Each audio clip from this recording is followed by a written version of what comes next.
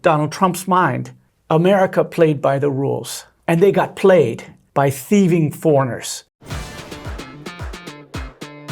Stopping this deal means putting tariffs on them, humiliating them.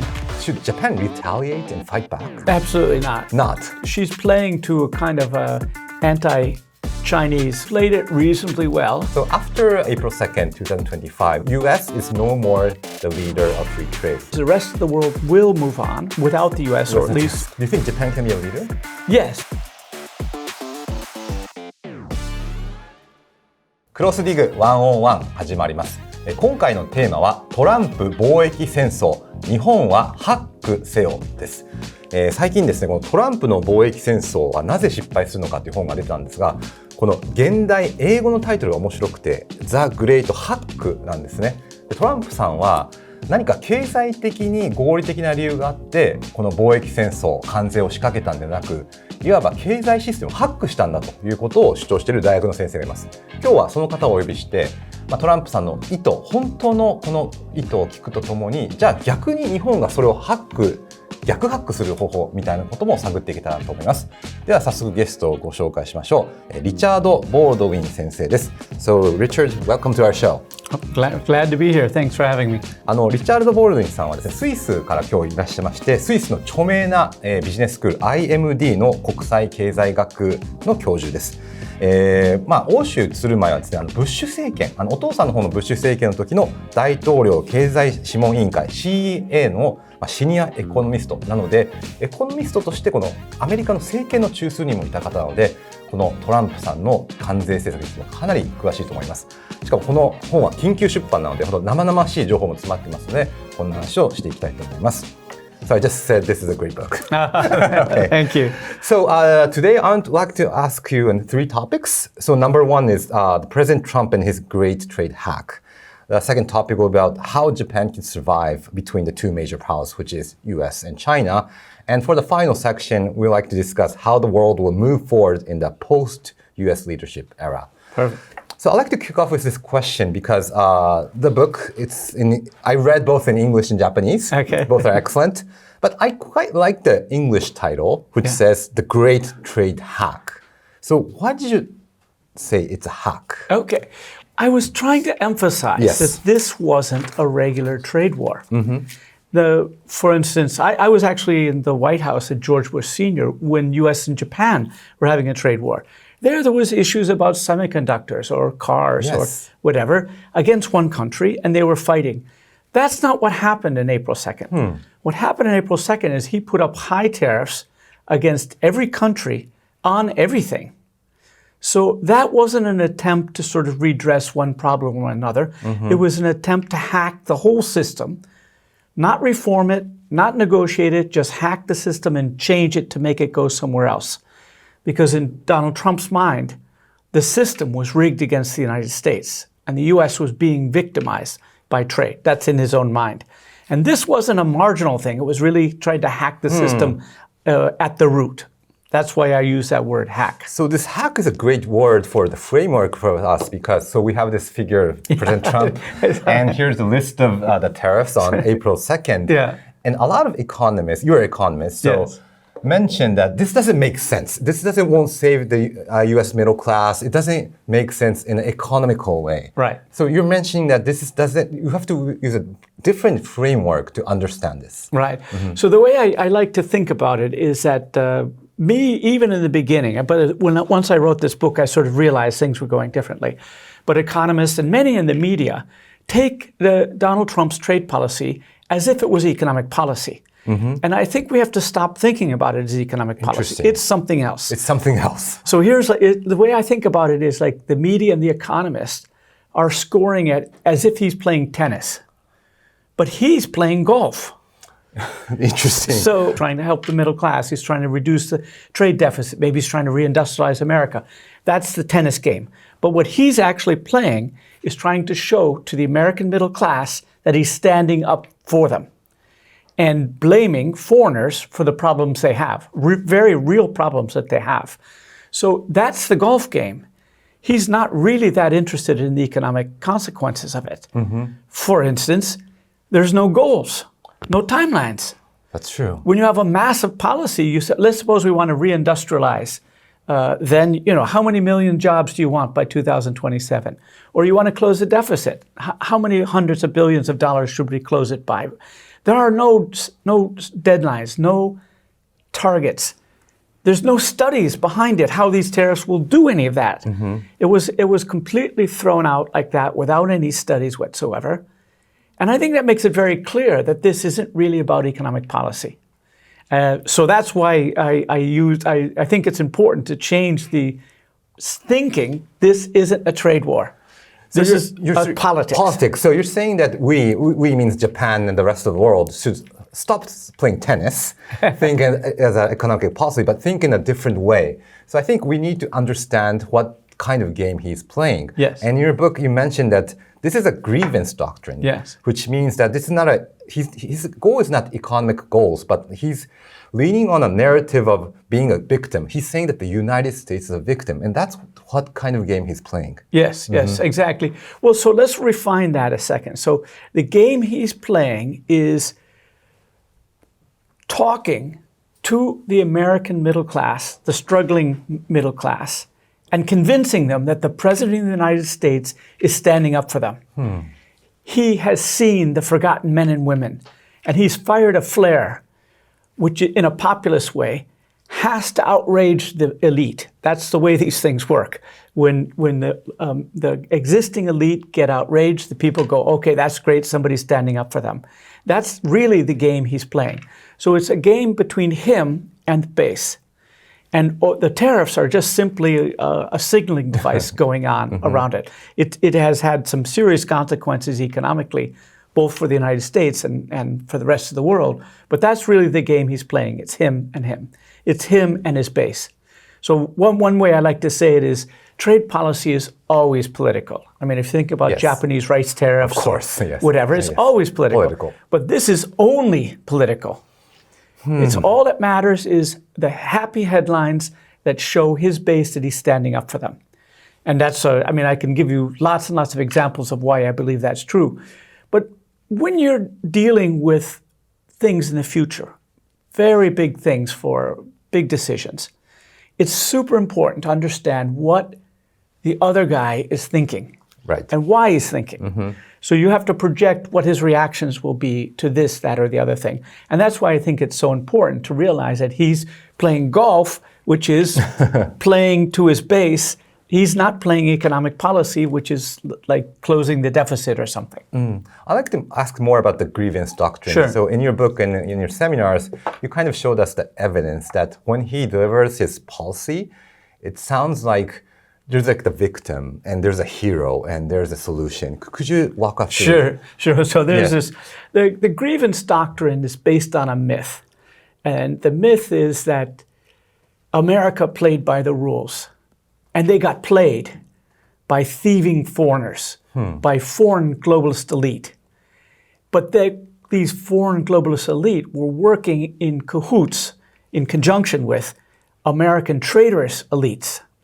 Writing rules like the WTO, which were stacked against America. Now, the American middle class got humiliated, lost jobs, the trade deficit widened. This is evidence that it's all falling, that the foreign elite are getting rich on the back of the American middle class. Now, this grievance myth comes with a mandate to stop the steal. And stopping the steal means putting tariffs on them, being very aggressive, humiliating them, making them admit that they've been victimizing America and now they have to pay America something. That's part of this whole grievance doctrine. And it's why, for example, the Japanese trade deal involved things that have nothing to do with trade, with the investment and all those sorts of things. I mean, it's Japan. The last time Japan and the U.S. were having a trade conflict, many Japanese companies ended up producing inside the United States and making a very good business out of it as well. So there's nothing wrong with Japan investing more in the United States. It's a good place to do business. But the fact that it was in this kind of trade agreement and exchanged against a lower tariff is sort of indicating this. It's really not the same thing that's going on there. So So what struck me, what's interesting is that you put it as like it's a myth because you're an economist, so you know that all the documents relating to like trade or tariffs are usually boring. Yeah. But actually, I don't agree with President Trump. But when I read his statements documents, they seem interesting. It's like a story. Right. So that is, he's telling a tale. So he's a populist, right? Now, the basic idea of a populist is that the people are pure, the elite is corrupt, so elect me and I will do X.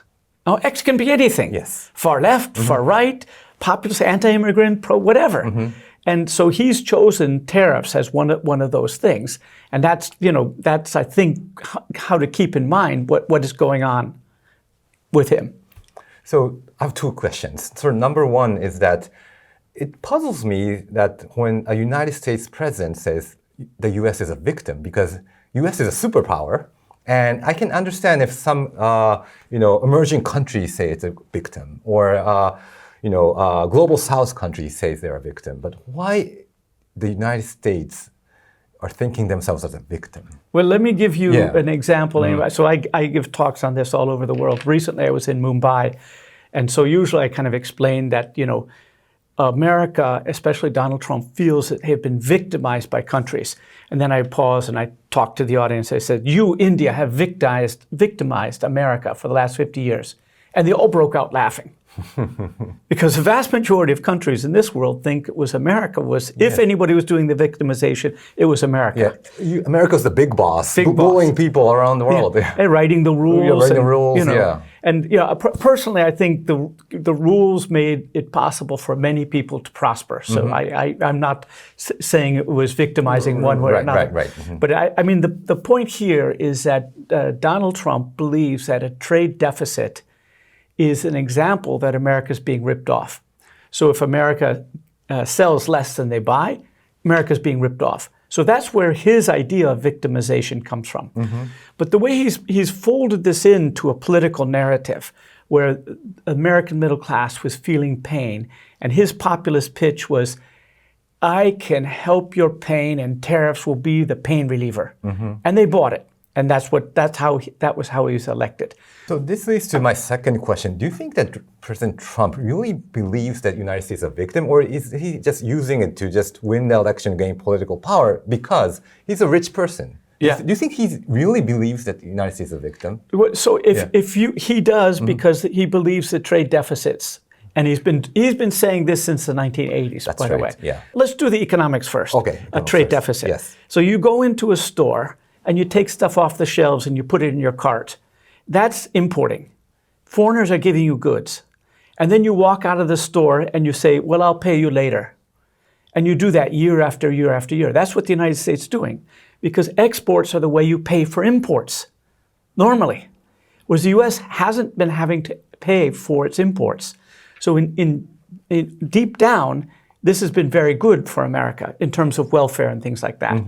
Now, in terms of the politics of particular manufacturing sectors or special interest groups, the fact that they're running a deficit has, led to fewer jobs than otherwise. But this idea of victimhood comes from, this is a theory that people talk about. I mean, we're all of us trade economists are trying to figure out, why is he thinking? Why? Who told him this? What class at Wharton did he take which told him these things? Yes. So, but one of them is that, his business is real estate, and real estate is a zero-sum game. That's true. Basically, I rip you off or you rip me off. That's true. It's everything a deal. A deal. Yeah. And so if I'm, if I'm buying more from you than you're buying from me, then you're ripping me off on net. So I think that's how he views it, is that, the things you get when you pay for things is a ripoff. So I think that's fundamentally is coming from a real estate world where people try and rip off the other person. I think that's a good theory. Yeah, it's a good theory. So my second part, how can Japan survive between the two major powers? So after April 2nd, 2025, we're now living in a different world. So U.S. is no more the leader of free trade. So first question, should Japan retaliate and fight back? Absolutely not. Not? Okay. So that would, first of all, it would absolutely play into his victimhood narrative. in the sense that he would this is what happened when China retaliated. He got completely furious. They went up to enormous tariffs, which were so destructive that they had to take them off. But the idea is you have to give him the headlines. He's not actually trying to hurt Japan. What he's trying to do is signal to the forgotten men and women that he's standing up for them. In the United States. In the United States. Mm-hmm. And so if Japan had retaliated or Europe was thinking about retaliating, if they had retaliated, that's playing into his idea that still these guys don't admit that they were victimizing us. So we have to hit back even harder. So I think China has the economic power to actually back down the United States, especially with these export controls that they put on. But I can't see Japan doing that, and Europe can't do it because of the security elements, national security elements. So the U.S. is both a trading partner and a major security partner. So I think it was very wise not to retaliate, to play along, to sort of give some concessions, being relatively look like concessions are being made, look like you've recognized his grievance about victimhood, and then see what happens, play for time. So what's going on in the United States right now is that these tariffs are raising prices. Mm-hmm. And that's hurting his base. Yes, and hurting the American people. But not just American people, but the MAGA base. MAGA base, yes. The guys he really cares about. Yes. He was the supporters, yes. The supporters, the ones he was supposed to be fixing with these tariffs, he's hurting them. Mm-hmm. And so the way he's doing it is rather than remove the headline tariff, which might look like backing down, he makes exemptions. And so the exemptions are growing. And since August, on net, he's been lowering tariffs. Yes. He took off 10% from fentanyl from China. He's been removing Brazil, et cetera. More and more are exempted. So I think being patient and realizing that this tool will not work out the way he wants to, so he will be taking it off, or at least not being more aggressive with it. He'll have to find another way to thrill his base. Mm-hmm. Maybe that's what's going on in Venezuela. I don't know. But in tariffs, I think patience and diligence is the most important thing. And a lot of times in his first term, he did a big deal with China, and China was required to do all sorts of things. Yes. China didn't do any of it. And Trump, he signed it in January of his last year, had a whole year, China didn't do anything, and he didn't object. So it's entirely possible that none of these things will actually get done. And that's why the patience works. Yes, we'll see what happens. So being patient is the key for Japan. Absolutely. So, and also understand his grievance doctrine, because it's true that American people are hurt. So I think it's important to understand that feeling and also be patient. So next question. So you mentioned that the MAGA people are beginning to realize that tariffs don't work. And you're an economist, so it's obvious that in order to fix the problem, you have to work on like social security or maybe free education or the high university tuition. Yeah. Do you think President Trump should work on that real topics to really solve the problems? Yeah, I mean, if anybody ever asked me, the U.S. needs a social policy at least as good as Canada. Right. So a lot of countries have what they call active labor market policy. So let's suppose there's globalization shock, automation shock, then the government helps you find another job, whether you have to move cities, whether you have to retrain, and make sure that you don't, lose your house just because you've lost your job. You don't lose your health care because you lost your job. So I think that is the true solution. I think that's the real solution. That's the real solution. Yes. But by the way, it's what every other advanced economy in the whole world does. The U.S. is quite unique, and the UK is number 2 behind that. But that's not really on the cards, because to do that you need higher taxes and bigger governments. Yeah.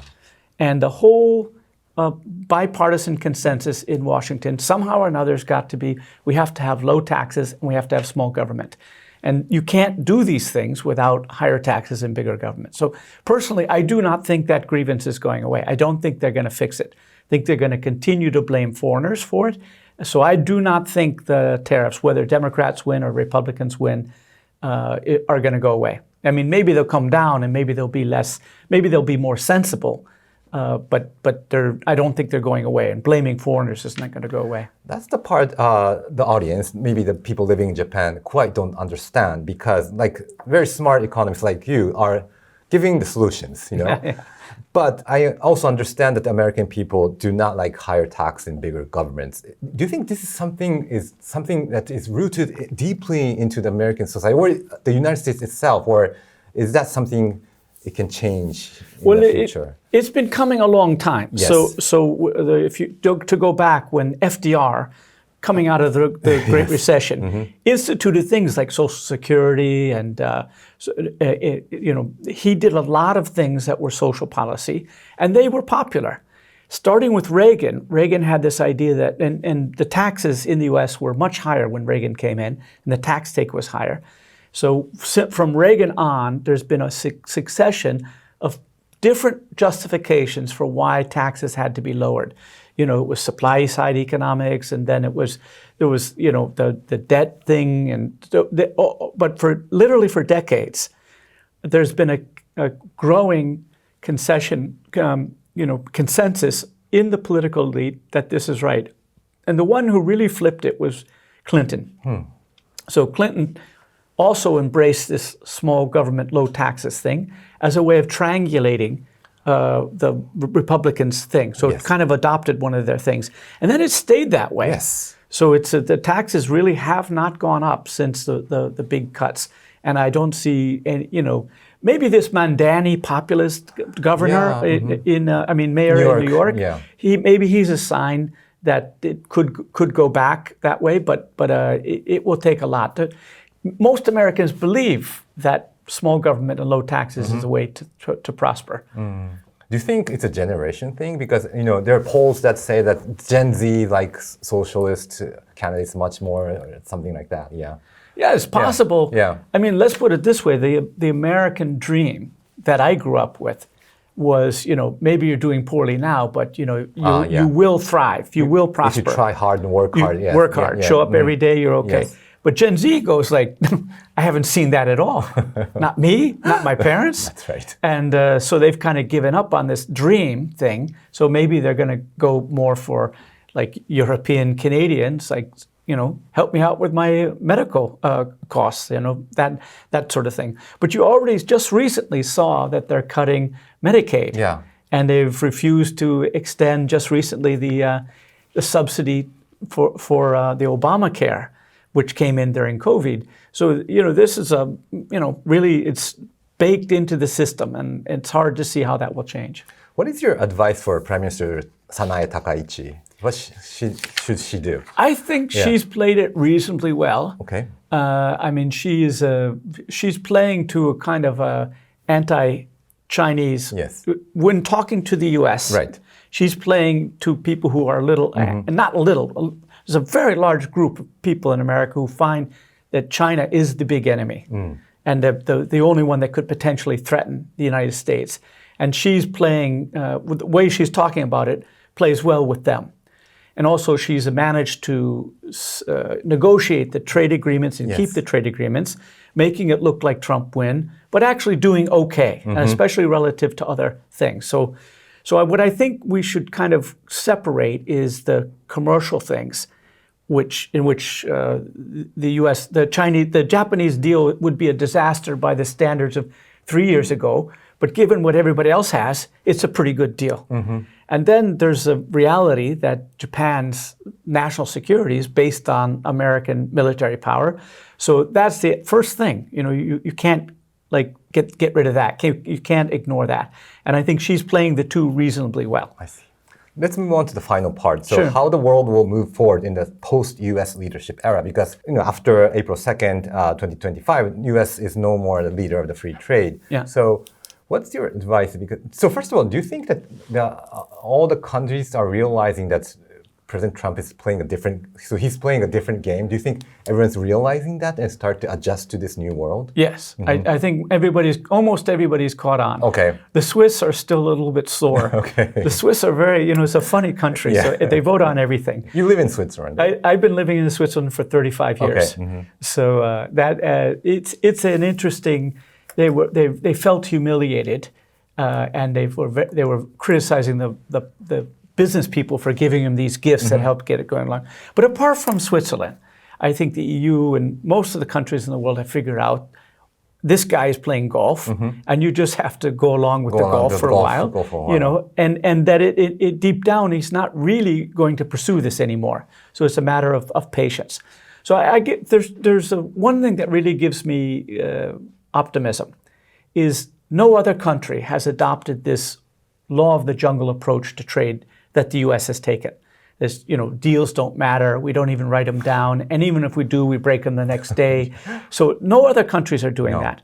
So the basic rules of WTO trade, you know, there's always exceptions, but the basic rules are being applied in 85% of the world trade, which is not the ones that doesn't include the U.S. So that's very optimistic. It has not spread. So we should keep that. We should keep that. Okay. And my point is that we have kept it. We have kept it, yes. And there's no pressure in many other countries to, you know, do crazy things as well. And I think it's also worthwhile saying that when we haven't mentioned it, that the Chinese export control on rare earth magnets has had a very countering effect on the U.S. So the idea that this is the only big guy in the whole world who can run around saying things about tariffs, China has countered that. But of course, China has a commercial beef, but also military and security competition. So they can do it without, you know, that worrying about the national security things. So I think that those two things are good. And the other is that the rest of the world's continued to liberalize trade.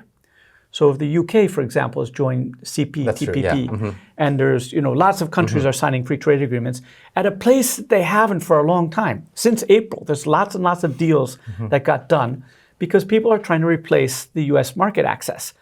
Now that is my thinking on this has evolved since the book.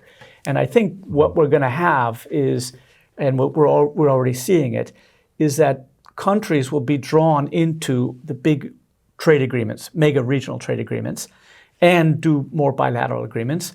And as more people do those, more countries will also want to be in there. So I think what we'll do is the rest of the world will move on without the U.S., or at least U.S. watching on the side. And then the WTO rules will remain, except for the United States. And then on top of them, there'll be like CPTPP rules and European rules. You also got to say that USMCA inside the United States has similar high-level rules. So much of the world's trade is happening inside large mega regionals. I see. And so in some sense, regionalism rescues multilateralism. Interesting. So do you think this is a good opportunity for the world to become more diverse, or do you think it will just lead to more confusion? No, I think the leadership will become more diverse. Because in essence, CPTPP doesn't have a leader. That's true. RCEP doesn't really have a leader, so these trade agreements. And so in some sense, what we're getting is a trading system with no leader. And the basic respect for WTO rules, not advancing in the WTO because there's no leader to push it through, but the advance is happening in the regional trade agreements where leadership is much more diffuse. And Japan is, if there is a leader in CPTPP, it's Japan. Do you think Japan can be a leader?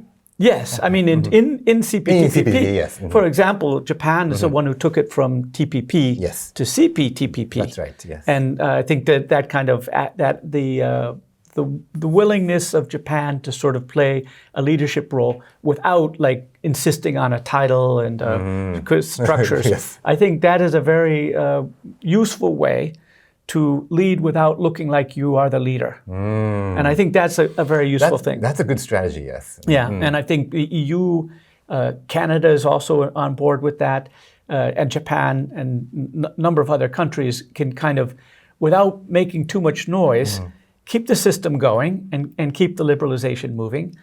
So that's one of the, if I can make an off comment, one of the really interesting things about Trump is he does not object when other countries liberalize. That's true, yeah. Now, that's a good point. He never talks about it. So, he doesn't care, I don't think. The one part, maybe at Wharton, the part he didn't understand was trade diversion. Okay. So, for example, when the UK joins CPTPP, that hurts U.S. exporters into the UK compared to other exporters. It doesn't seem to bother him in the least. He doesn't seem to think about it. So this idea that the rest of the world would liberalize among themselves you could think potentially the U.S. would at some point get very upset about it. We're being left on the outside. But so far, there's been no sign whatsoever during this term or the previous term that countries signing free trade agreements was a bad thing for the U.S. So I think that's a good strategy. I believe that Japan can take some leadership role in this free trade union without the United States. Yeah. But do you think... But by the way, so the reason it's very good is because the U.S. decided not to be part of it. That's true, yeah. And Japan just went on, and then the U.S. didn't... Trump did not object when Japan did that. That's true. So it's not like an exclusionary thing. So he didn't get mad, or it doesn't look like it. I didn't see any reaction to what actually happened. So and by the way, the American multinationals are pretty happy about it because it makes it easier to do business, even if they don't have the exact preference. Many of the things in CPTPP are just making it easier to do business, not lowering tariffs, but just easier to do business. And then countries who aren't members benefit from that.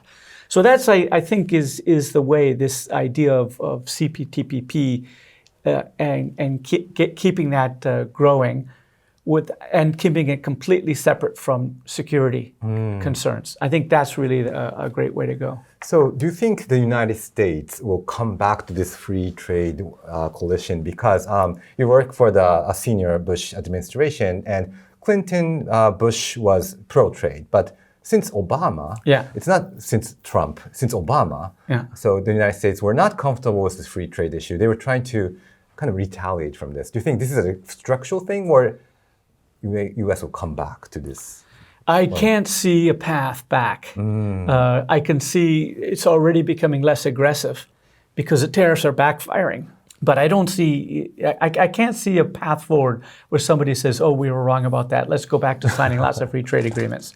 But I like what you said about it started with Obama, because remember, the grievance starts with the global financial crisis, and Obama came right after that. 2007, 2008, yes. That's right. And so Obama, I think Obama in his heart was as pro-trade as Bush Jr. was. Yes. But he felt like he couldn't do it because, especially with his Democratic base, he didn't want to hurt them. So he became trade hesitant, and a little bit less in his second term. But then, you got Trump, and then you got Biden, and then you got Trump again, and none of them have been taking tariffs off. If anything, it's kind of been getting a little stronger. Even under Biden, became much more aggressive anti-China for the technology things, and Biden did not take off the Trump tariffs. So I don't see the pathway to doing this. Who knows, at least in the foreseeable future, I don't think America's coming back. But they don't have to come back. They just have to let it happen. And also, I do not think it's that bad for them. If the rest of the world liberalizes and gets on, that's still going to help America business abroad. And hopefully they'll have some way of dealing with the domestic problems that are for real there. So we have to wrap up. Sure. So I highly recommend this book to our audience. トランプの貿易戦争はなぜ失敗するのか. It has a kind of different Japanese title, but I like both titles. Any final comments for our audience? I think it's a fascinating time. I mean, it's incredible how many things are changing and so fast. But I think as long as you keep your eye on the game that Trump is actually playing, it's not as desperately pessimistic as you might imagine, because it's going to burn back on him, and he's going to have to shift, and therefore patience and diligence is the way to go forward. I'm quite optimistic that the world is not going to fall apart like it did in the 1930s. Thank you, Richard Baldwin-san. I really appreciate your time, and I enjoyed this conversation. Thank you very much. Thank you. で皆さんぜひチャンネル登録の方よろしくお願いします。引き続きワンオンワンの高評価、チャンネル登録お願いします。